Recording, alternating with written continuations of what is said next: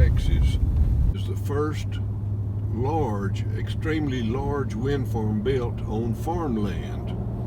The developers were accustomed to working with big ranches or ranch land, and they had a lot of acres and very few landowners.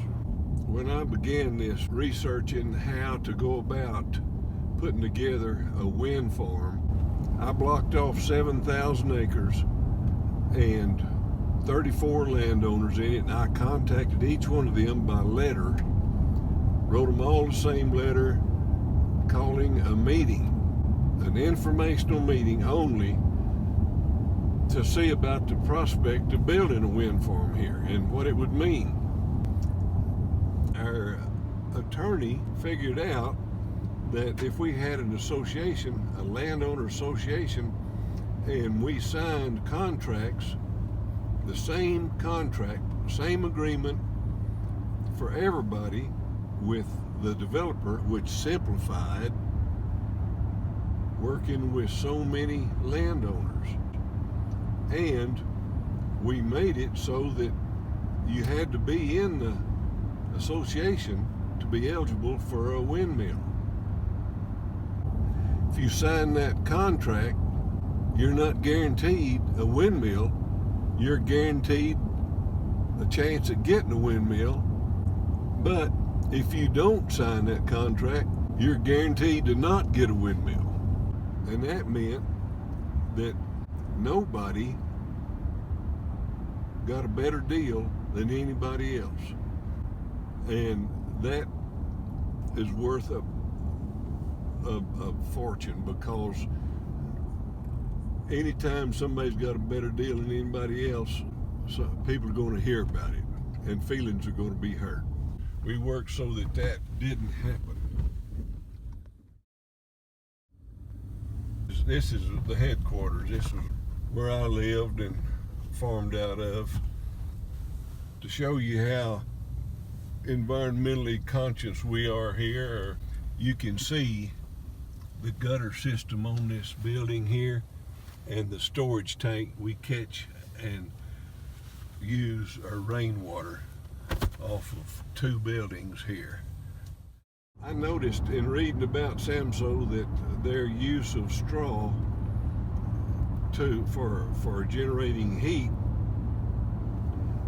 I tried to figure how we could do that, and we don't have a byproduct like that except the cotton burrs, the gin trash actually, and all of it is being sold to the dairy industry. And this is what's left over from stripping the cotton.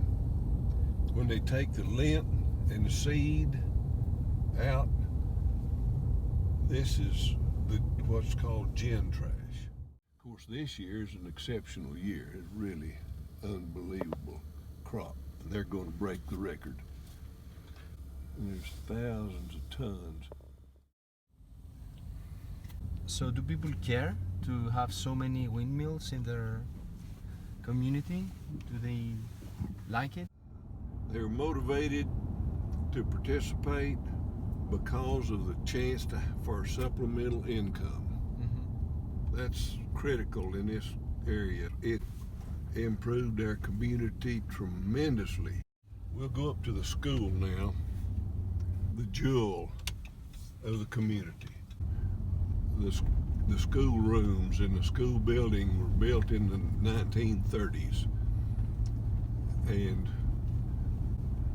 it desperately needed improving. That original money that came from the wind farm made Roscoe eligible for grants to improve the system and bring about some really fine auxiliary programs here.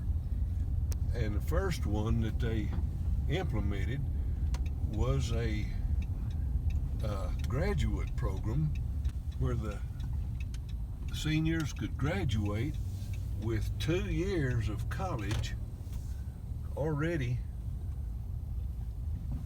paid for and completed. That cuts their cost of college education in half. Last year, 100% of the seniors graduated with 2 years of college completed.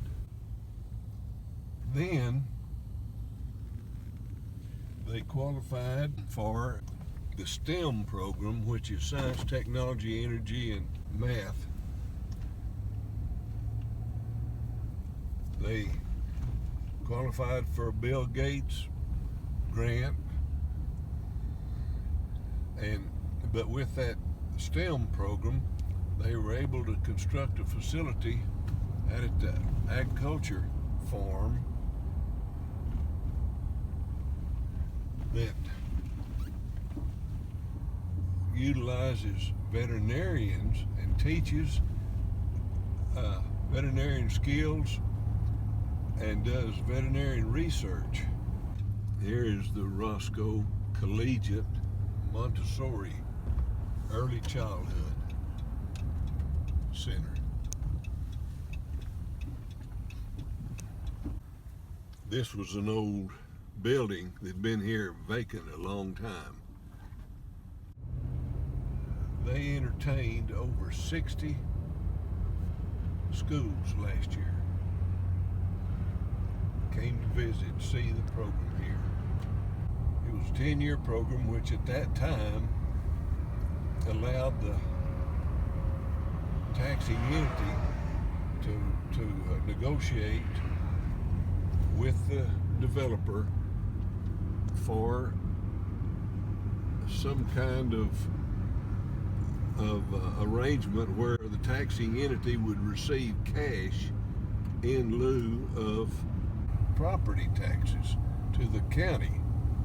And the big advantage for that in Texas is that in Texas, all of the property tax money goes to the state and then is divided up on a per student ratio.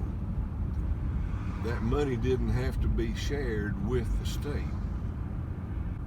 So it kept that money here at home. A smart deal. Yeah.